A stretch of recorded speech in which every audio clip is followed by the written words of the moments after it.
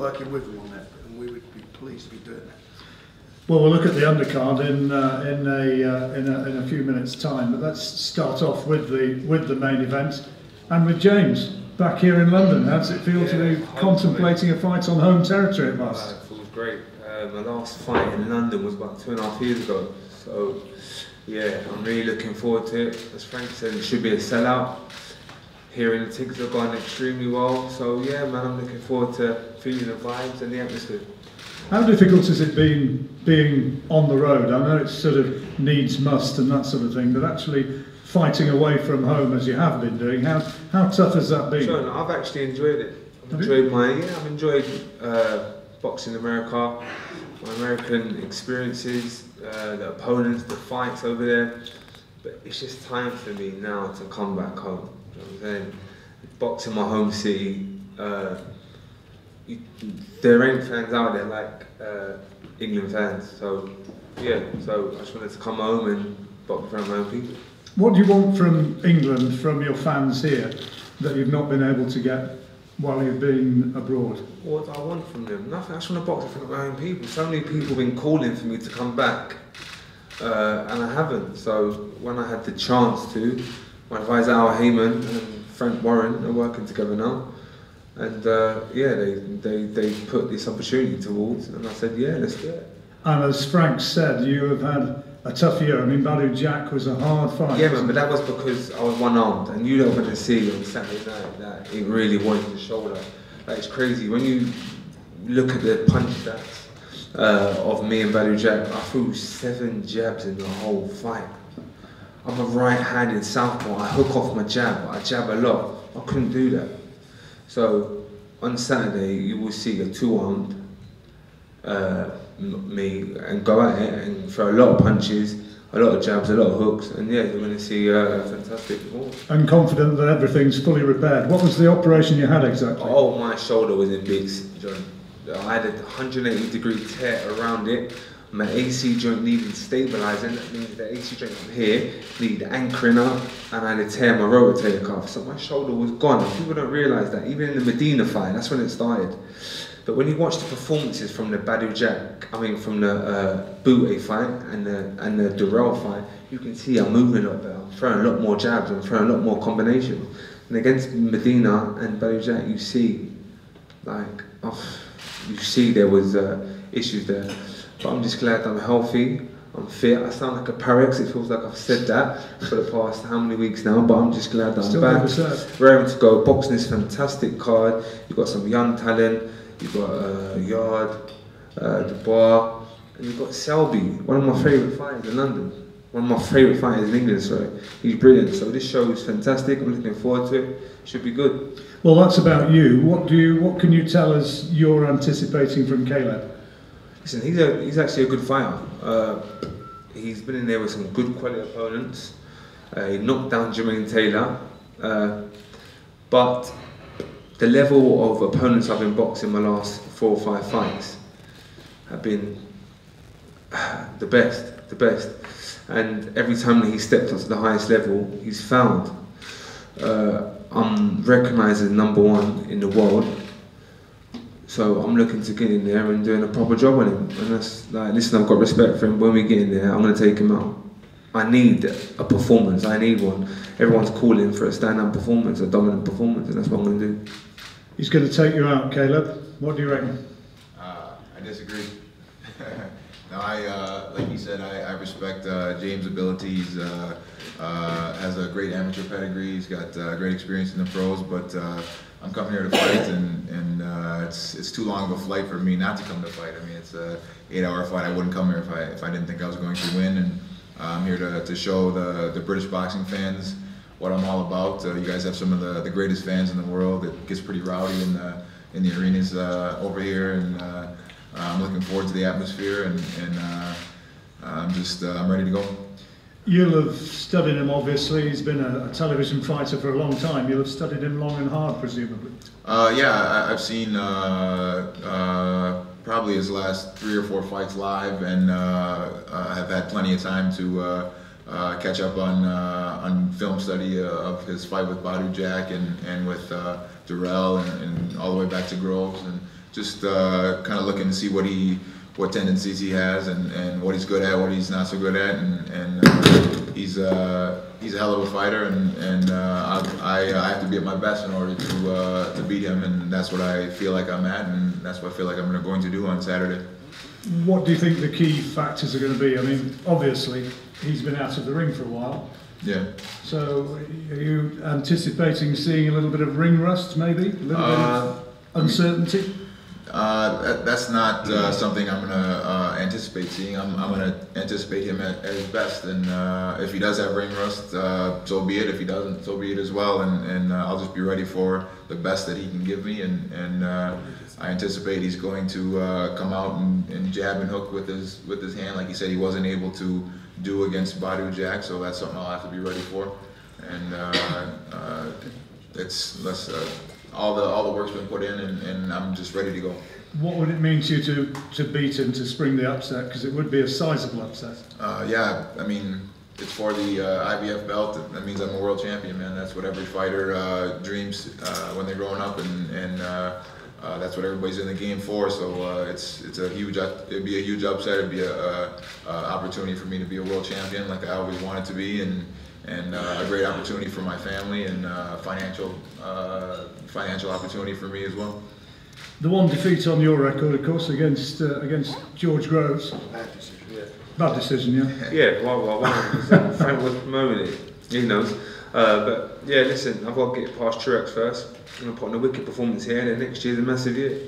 A massive year with domestic fights, but for world titles as well.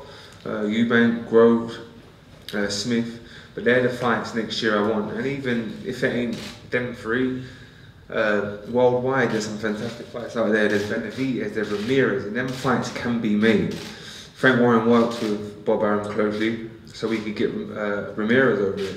Al Heyman works with Benavidez. We can do it. So the big fights, I only want the big fights. So where does that sit, Frank, for potentially for 2018 for James? You know, you mentioned those names, but a lot of people also want to know, what about Eubank? What about Groves? What about Smith? Well, they're all tied up at the moment, aren't they? Yeah. The series that they're involved in. And I shouldn't think James will want to be sitting around. I'm quite sure he wants to be out having the big fights. He wants to be fighting again in the spring. We'd love to be doing something with him, and you know, we're in the business of delivering big fights, and we want to put on some big fights. We want to work with James. He's you know, he's been as we call him, the road warrior. He's been out there. He's done it the hard way, and you know, and I didn't realise, you know, with this injury that he had in his last couple of fights, you know, how, excuse me, how bad it was. And when you look at the fights and you see those couple of, you know, in the mid rounds where he sort of, you think he's going to sleep a bit, you can see now that he's probably conserving himself, but he showed, you know, his heart and so forth to know that he's got to nail it on by coming on strong in the late rounds, and you've got to take your hat to him for that. But this is a big moment for him. This is a big moment. This is a big fight for him. This is as big a fight as there can be, because he can't afford to slip up. He's got to beat this guy. He's got to beat him in style. And you know, if he does that, then we'll all be working hard, all of us, to get a big fight for him, big stadium fight next year. Well, let's talk as well about Lee Selby in action as well, fighting Mexico's Eduardo Ramirez, who's undefeated, IBF World Featherweight Champion, and for Lee as well, Josh Warrington. He's going to be his mandatory challenger. Carl Frampton waiting in the wings as well. He's got a massive year as well, Frank. He has, but before he does that, we've got to find the opponent. He's gone on the missing list. That's why we started late. They've been looking for him in his hotel room. He's not there. All their kit's in there. They've just disappeared. So we're looking for them at the moment. Hopefully we'll be here. Just to get the record correct, he weighed in 4 pounds over the check weight yesterday, which means he's 8 pounds overweight coming into the fight. The British Boxing Board Control have said that he cannot come in any lower than 9 stone 2 for health and safety reasons, for his own health reasons, and that if the fight goes ahead, and I'm sure it will go ahead, that Lee will remain champion whatever the result of the fight. That's from the IBF. So we've got a bit of a problem at the moment. Hopefully this fellow will show up. He's in the hotel. He's as I say, all his kit's in the hotel. They've been to the rooms, but him and his team are all on the missing list. And to say it's unprofessional is an understatement. But we are where we are. And you know, this match was not made by us; it was made by Lee's team, which we, you know, the opponent we was very happy with. But it's this is totally unprofessional. It's unacceptable. So hopefully they'll find him, because I want to see Lee in action. I want to see Lee have a real good win on the night, because I want to see him in with my man. I want to see him in with Josh Warrington.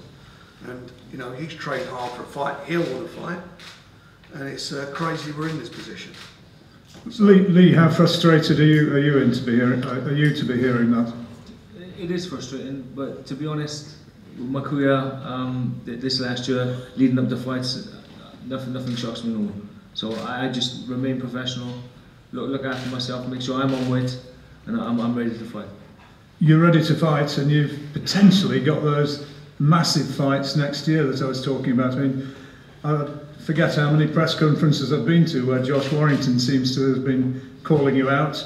Carl Frampton is down the line as well. I mean, it's a mouth-watering year potentially, 2018. I said there's some big fights looming, but my sole focus is on Saturday night. I got a tough test in front of me. I come through that, and then I can start looking towards the big fights. What do you know about him? Apart from the fact he's not made the weight. To be honest, I don't really study my opponents. I like to look them up on YouTube just to check out their style, whether they're like a pressure fighter, a boxer. And when I've seen of him, he's a southpaw. He looks a decent size, similar height to myself. I've seen him applying pressure, and I've seen him trying to box on the back foot, so he can mix it up a bit. But again, he's like a typical Mexican. He's very, very tough. He's unbeaten. He's had a few draws, so he should provide me with a good test. He was a very good Cuban who he got a draw against last time out, and he reckoned that he should have. And a few people at ringside reckoned that he should have got the verdict. So I mean, on paper, as you say, it's not an easy one. No, it's not an easy one. And at this level, there are no easy fights. You know, he's ranked in the top 10 of the IBF. So to be in them ratings, you got to be a good fighter. If you could map out the ideal 2018, what would it be? To box on Saturday would be a good start, and to win. Then I got my mandatory Josh Warrington. I'd like to beat him, and then I'd set up a massive fight with Carl Frampton towards the end of the summer. Beat him, and then go back to America and look for a unification fight with ideally Leo Santa Cruz or one of the other champions. Is that all realistic, Frank? it is, providing we get. You know, one thing you forgot to mention. That Lee forgot to mention about Ramirez is that he's also very elusive. Yeah. Hopefully, all those. That's a great plan. That's what we're all working towards. That's what we think. That's why we're all here. This was what the plan was, and hopefully it will still be. So, as I say, we just get this one out of the way.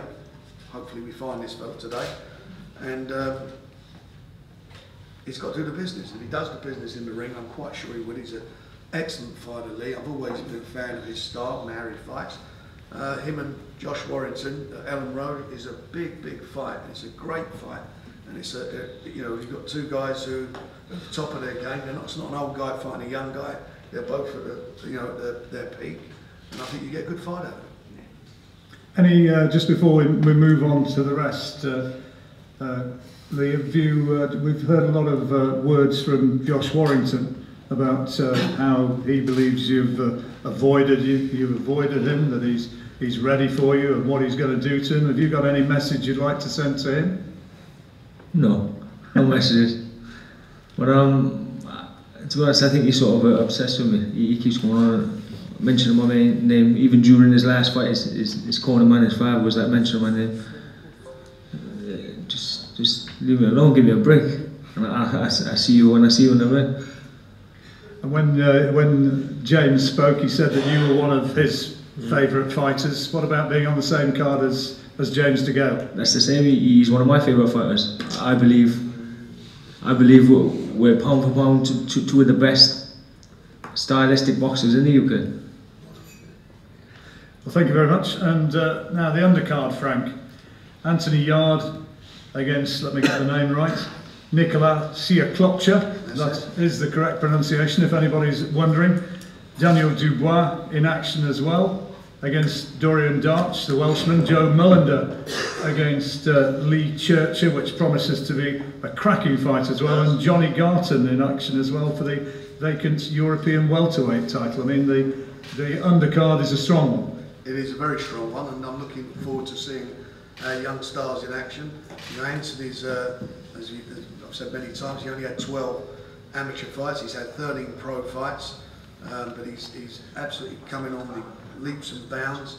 He's done brilliantly for a guy with such limited amateur experience, and Tunde's done a fantastic job in guiding him and training him.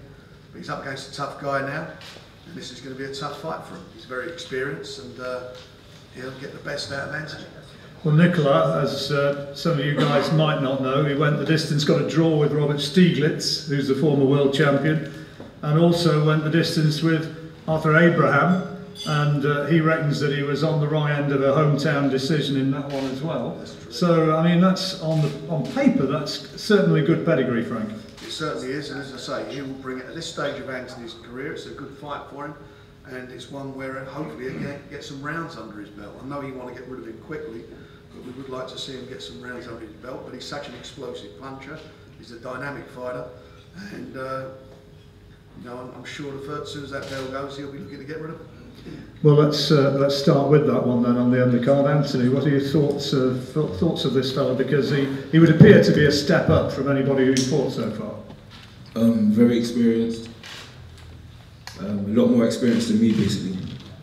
But again, I'm going to go out there and try and do what I do. I'm not focusing on anyone else. When it comes to fight, the way I see it is a fight, no matter who's put in front of you. And I'm just going to go out there and do nothing.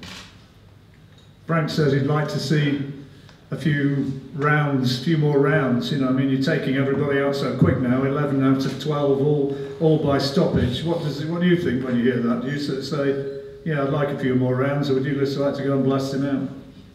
It just depends on the night. You know, sometimes everyone's different. You've got different opponents that are put in front of you, and as James said, everyone stylistically is different. So you might get someone in front of you that you see the punches, you know which punches to land or whatever, and then you might get someone in front of you that's a bit different, a bit more awkward. So again, it's all about styles and the punches that I landed. So I just think that when I'm landing on opponents, they're not lasting long. So we'll just see on the night. And fans are really turning up in numbers to see you now as well. I mean, these guys, obviously, top of the bill fights, terrific fights to look forward to, but you're developing a serious following now. Yeah, you know, I thank everyone that's supporting me as well. Again, fans are what make fighters in any industry. Fans are what make entertainers. So yeah, I'm appreciative. Was it the last time out that John Conti came up and spoke to you and said how much he rated you and how well he thought things were going? It must mean something to hear from one of our very great light heavyweights that sort of acclaim. Again, yeah, definitely. He came in my change room. We had a few words. Yeah, so it's all motivation. When things like that happen, it boosts your morale. Some people it might make them more nervous, but again, for me, it boosts my morale. And I think that's the fight when I fought Barani. Yeah. Yeah. So yeah, it's good. Nicola, you've got your interpreter with you. Tell us about what your thoughts are of Anthony. How do you rate him? What are his strengths as a fighter? He respects his good score.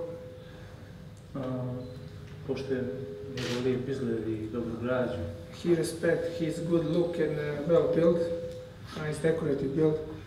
Mislim da je on i njegov tim da su prevelik zaudani za njega sada izabrali.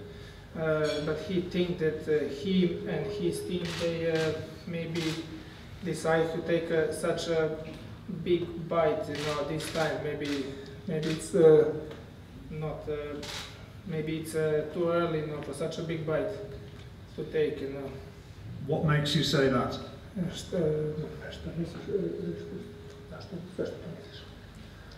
Pa zato što mislim da je neiskusan za mene, da mu neće biti dovoljno samo taj njegov jak udarac.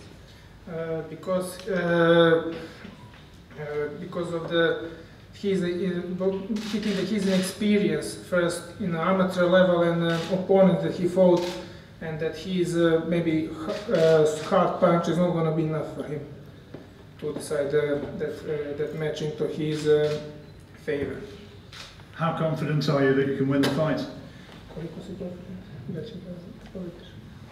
Pa došao sam izuzetno dobro spreman i došao sam samo po tom opcijom da u subotu pobjedim. He came really well prepared, and there is no any other compromise and option but to win. Well, that one's for the WBO Intercontinental belt and the European WBO European light heavyweight title as well.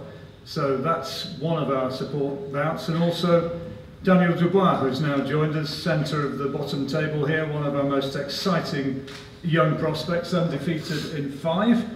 What are your thoughts so far, Frank, as he goes towards a fight on Saturday night against the Welshman Dorian Darch? Well, I'm really excited about Triple D. You know, dangerous Daniel Dubois. He does the business, and he's in with a good opponent. You know, this stage of his career, it's his 6th fight. He's only a young guy.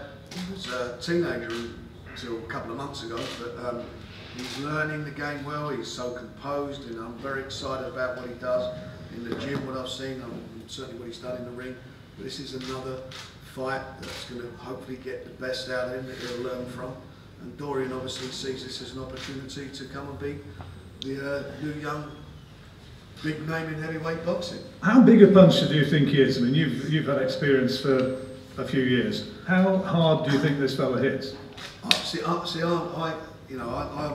sort of pretty careful. I like to think I'm a bit careful with young fighters bringing them through and so forth, and I have done that over the years. But I think with what I like about Daniel, what excites me about him, I think at this stage of his career, I think he's the best, certainly the best British heavyweight that I've seen at this stage of his career in British heavyweight boxing, and I include all of them.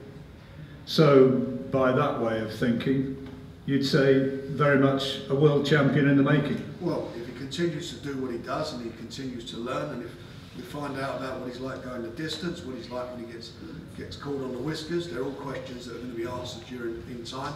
But the way he's going at the moment, and the way and what you see him doing, what you hear he does in the gym, and you hear the reports back from guys that he sparring with, they're all very, very impressed with him, and he certainly does impress me. Daniel, get yourself a microphone in front of you so we can hear from you. Dorian Darch on Saturday night. You're not wasting time at the moment with your fights, are you? Is he going to be expecting more of the same? We'll just have to wait and see. I've trained very hard for this one, so I'm ready for Saturday.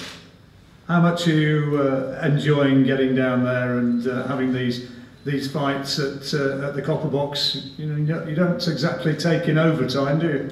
No, not at all. But I'm learning every day in the gym, and I'm getting better. I'm improving as a professional fighter. So, it's onwards and upwards. So. Frank says he's been impressed. I think everybody who's watched you's been impressed. But as a 20-year-old young learning fighter, what things are you still working on? Everything, movement, boxing skills, and just being more ring craft. Just being wiser in the ring, being a better fighter. Is there anybody particularly who you've watched, who you listen to, who you think, yeah, that's a man I want to emulate? I've studied a lot of fighters, but I focus on myself and just try and sharpen up on what I need to do. Who do you really rate? I mean, we've had some great fighters. Lennox Lewis, I guess, is top of the tree in terms of those of years gone by. But I know those from overseas. Larry Holmes said some nice things about you, and other guys have started to be impressed. Ring Magazine have recognised you as one of the top prospects in the world.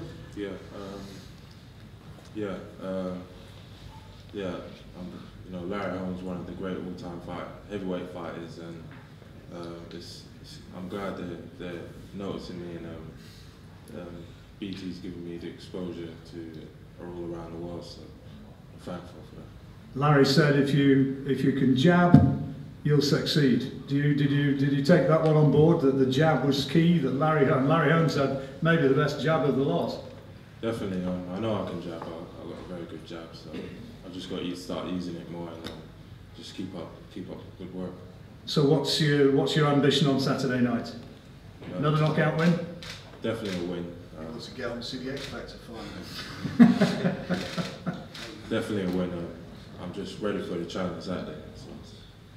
2 more fights up there, and the lads are in front of me as well. Starting off with Joe Mullender from Brentwood, big ticket seller, former English champion, who's going to be fighting the Welshman Lee Churcher for the vacant IBF European middleweight title. And this is going to be a fight which is going to be shown on BoxNation. And Frank, this is one which can't fail, really. I think it's been a great fight. It's going to be very competitive, and they're both competitive fighters. Their styles will gel, and I think you'll get a toe-to-toe action in it. And I'm extremely looking forward to it. Joe, we know, had those 2 great fights against Lee Markham, and they were some of the most exciting fights that we've seen on BoxNation. I mean, he's a thrill-a-minute sort of fighter, isn't he? He is, and as I say, he's got a big support base. You know, his fans will be there, so there'll be great atmosphere, great action, and hopefully, if it's as good as one of his previous 2 fights, I don't think people can be disappointed. And Lee as well, getting this chance at the age of, what is he, 37? I mean, it's almost a, I don't say this disparagingly, it's almost a Cinderella man opportunity, isn't it? It is, and again, you know, I'm sure he's looking to come and upset the plans of Joe, but we'll see. So it's got the ingredients of being a good fight. Well, let's hear from the 2 fellas. Joe, first of all, you had those 2 amazing fights against Lee Markham. You never seem to have a dull one. Well, that's for other people. That's for other people to say. To be honest, I just turn up, be in the best shape I can, and I expect Lee to be in good shape. I expect him to be strong, durable, but let's meet in the middle and have a go. Have you seen much of Lee? Do you know what to expect?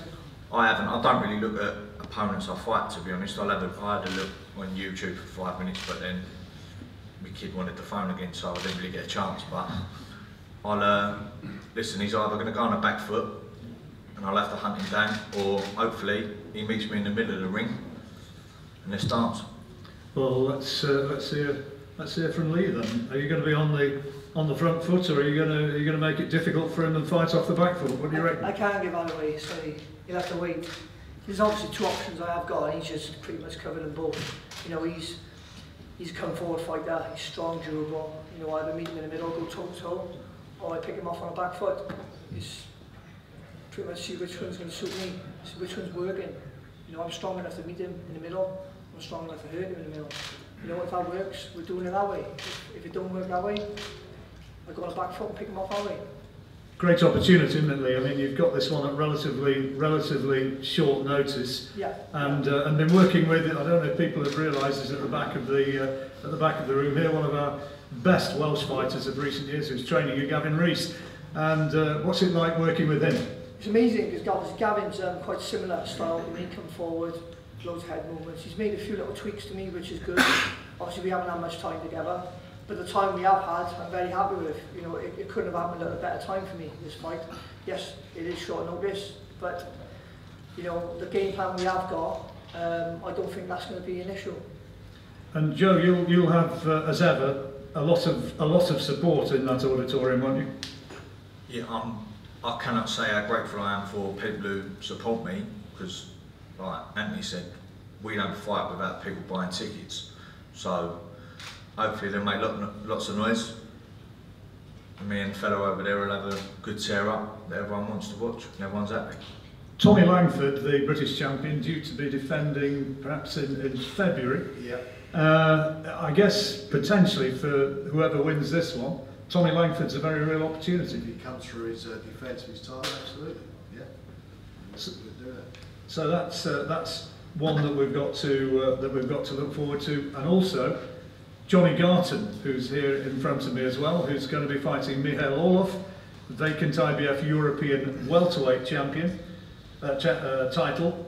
And Johnny, well, he's only been defeated on one occasion. That was against Sam Eggington. He'll have a point to prove, wanting to make a statement. He's a very good fighter. I'm very impressed with Johnny, the way you know, the way he's gone about his business, and he's getting himself into a good position now. This is a stepping stone for him. He comes through this, he'll go on to bigger and better things. He'll get him a ranking, get him in the top 10, world top 10. And as you say, he's only lost one fight, and when you think about the game with Johnny, he's got a big fan base. He'll be well supported. He sells a lot of tickets, so again, there'll be a great atmosphere there. Johnny, fantastic to be on this bill, isn't it? As part of a genuinely big world title boxing bill, and you're part of it. Yeah, it's my first time on a big show, so I'm excited about that, and obviously it's a great card. So yeah, I just can't wait to get out there and show what I can do.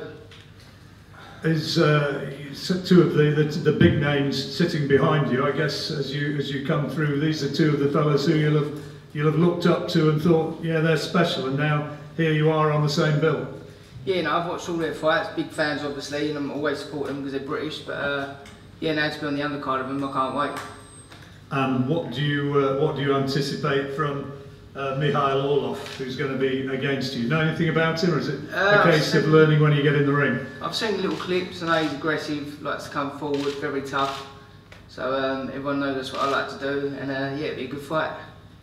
Okay, well that's the fighters who are in action. Chance for one-to-one interviews in a moment or two. But any questions from the floor for the fellows who are up here? Anybody want to fire something forward now? Yeah.